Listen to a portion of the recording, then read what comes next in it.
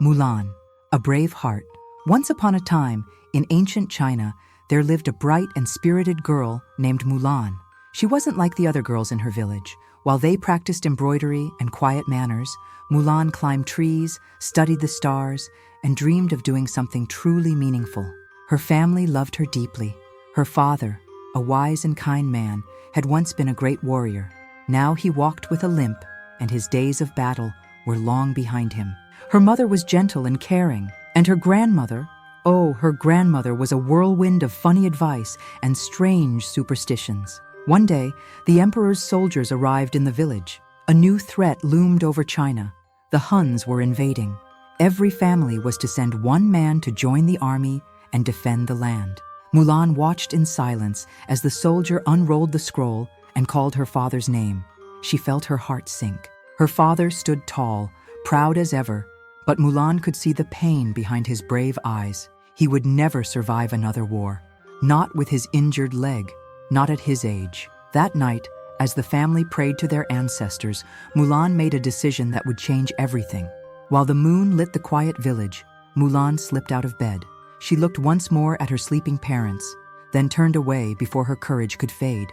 Quietly, she entered her father's room and took his armor, each piece heavy with stories of the past. She cut her long black hair with a small blade and tied it up beneath a helmet.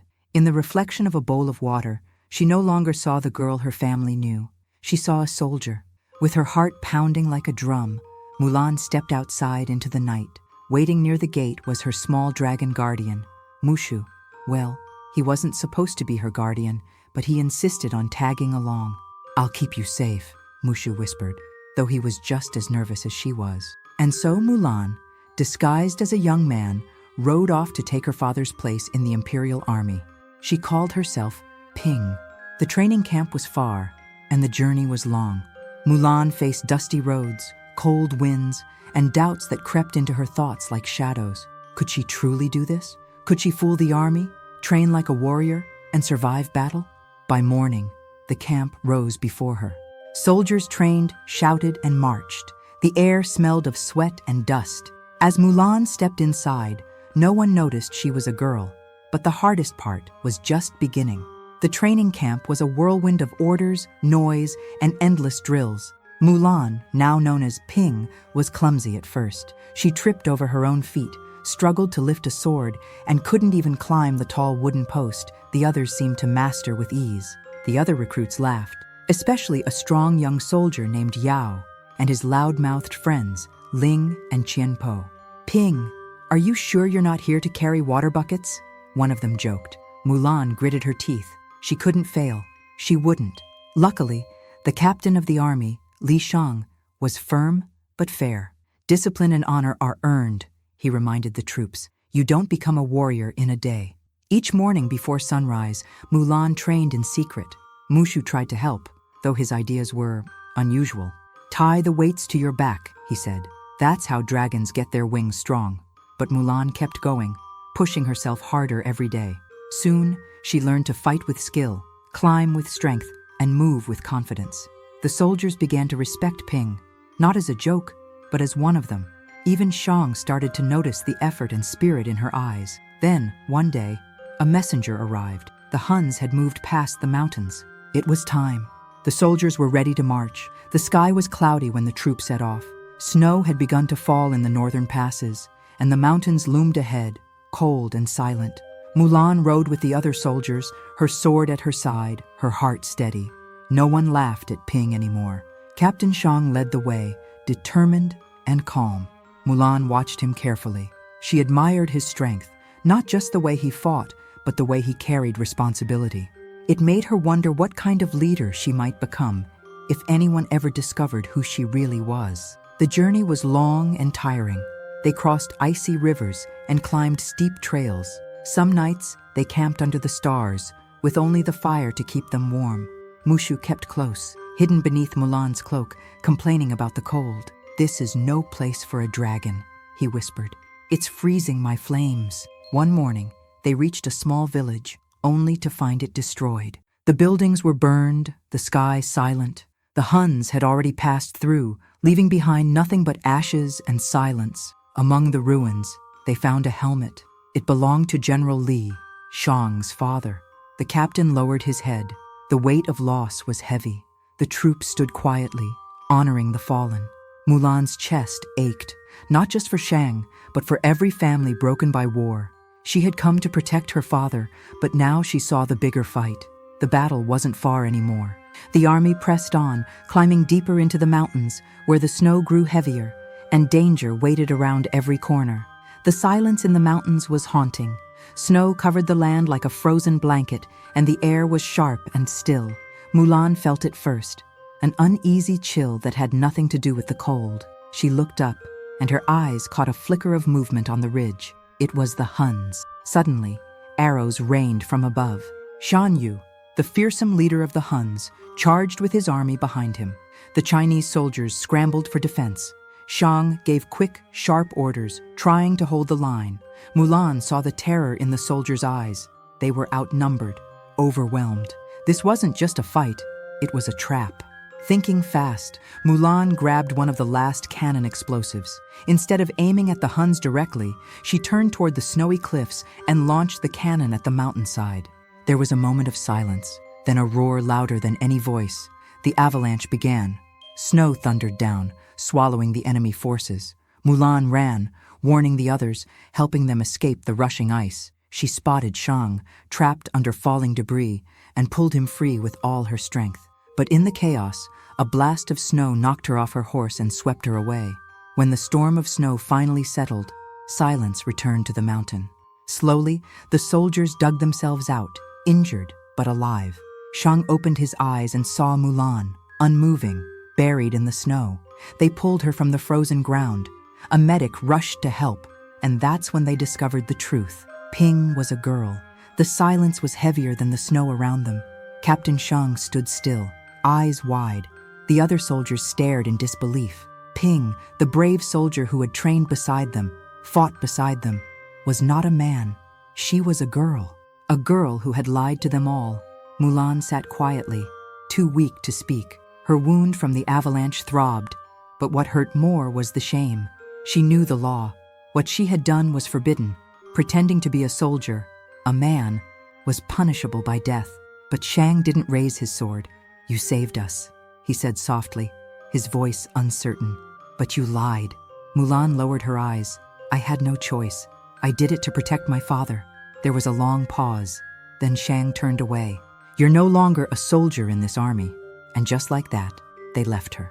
The army marched on, heading to the imperial city. Mulan was left alone in the snow, with Mushu by her side, quiet for once. As the sun set behind the peaks, Mulan stared at the mountains. Her heart was heavy. She had come so far, fought so hard, and now it was over. But the war wasn't. From a distance, she spotted movement. The Huns, Shan Yu and a handful of his men, had survived the avalanche, and they were headed straight for the emperor. Mulan didn't hesitate. Though wounded and weary, she mounted her horse and rode hard toward the imperial city. The streets were buzzing with music and celebration. Victory banners flew high and drums echoed through the walls. The emperor was preparing to honor the army. But Mulan knew the truth. The battle wasn't over. She rushed to the palace gates. "The Huns are alive," she cried. "They're here, in the city." The guards didn't believe her. "You're just a girl," one scoffed. "The Huns are gone." Mulan ran through the streets, searching for Shang. She found him surrounded by admirers, standing tall in his ceremonial armor. "You have to listen to me," she begged. "Shan Yu survived. He's coming for the emperor." Shang's eyes narrowed. He wanted to believe her, but doubt lingered. Before he could speak, a sudden explosion shook the square. From the shadows, Shan Yu and his men stormed forward, seizing the palace. It was too late. The Huns forced their way inside and took the emperor captive. Panic spread through the crowd as the soldiers tried to regroup. Mulan stepped forward. "I have a plan," she said. "Let me help." For a moment, Shang said nothing. Then, with a nod, he handed her a sword. This time, no one questioned her. Not because she looked like a man, but because they knew her heart was stronger than any armor. Disguises once again became Mulan's weapon. With Mushu, Yao Ling, and Qian Po by her side, they dressed as concubines, royal entertainers, to sneak past the guards and into the palace. It was a strange plan, but no one expected warriors in silk robes. Inside, the halls echoed with footsteps and shouts. The Huns had locked the emperor high in a tower, and Shan Yu stood guard, sword in hand, waiting for his final moment of revenge. Mulan and her friends moved quickly. Scaling walls, dodging sentries, they climbed toward the tower. Each step was a test of courage, but Mulan's focus never wavered. She had come too far to stop now. Reaching the top, she burst through the doors just as Shan Yu raised his blade toward the emperor. The villain turned, shocked to see her. "You again," he growled. Mulan didn't answer. She raised her sword, ready for the fight. They clashed fiercely. Shan Yu was powerful, stronger, faster, but Mulan was smart. She used the palace itself, leaping from beams, swinging from drapes, dodging with precision. Finally, with Mushu's help and a well-placed firework, she sent Shan Yu crashing into a tower wall, where he disappeared in a flash of smoke and flame. The emperor was safe. The city at last was silent. The morning sun lit the imperial city with golden light. Citizens gathered in the main square, whispering the tale that had spread like fire overnight. A young woman had saved the emperor himself. Mulan stood before the great ruler, unsure of what to expect. Soldiers, nobles, and even her former comrades watched in silence. The emperor stepped forward. "You stole your father's armor, lied to your commander, disgraced the army." Mulan lowered her head. Then he continued, "And you have saved us all." Gasps filled the air. He bowed. One by one the crowd followed. Shang, the soldiers, the guards, everyone. The emperor handed her the sword of Shan Yu and the royal crest of the emperor. "Take these, so the world will know what you have done." Mulan accepted them with trembling hands, but her heart longed for something else. "With your permission," she said, "I'd like to return home." The emperor nodded. "You fight with courage and think with wisdom. You are always welcome here." As she turned to leave, Shang hesitated. He watched her go. The words he wanted to say caught in his throat. But Mulan had done what no one believed possible, and now her journey wasn't ending. It was just turning toward home.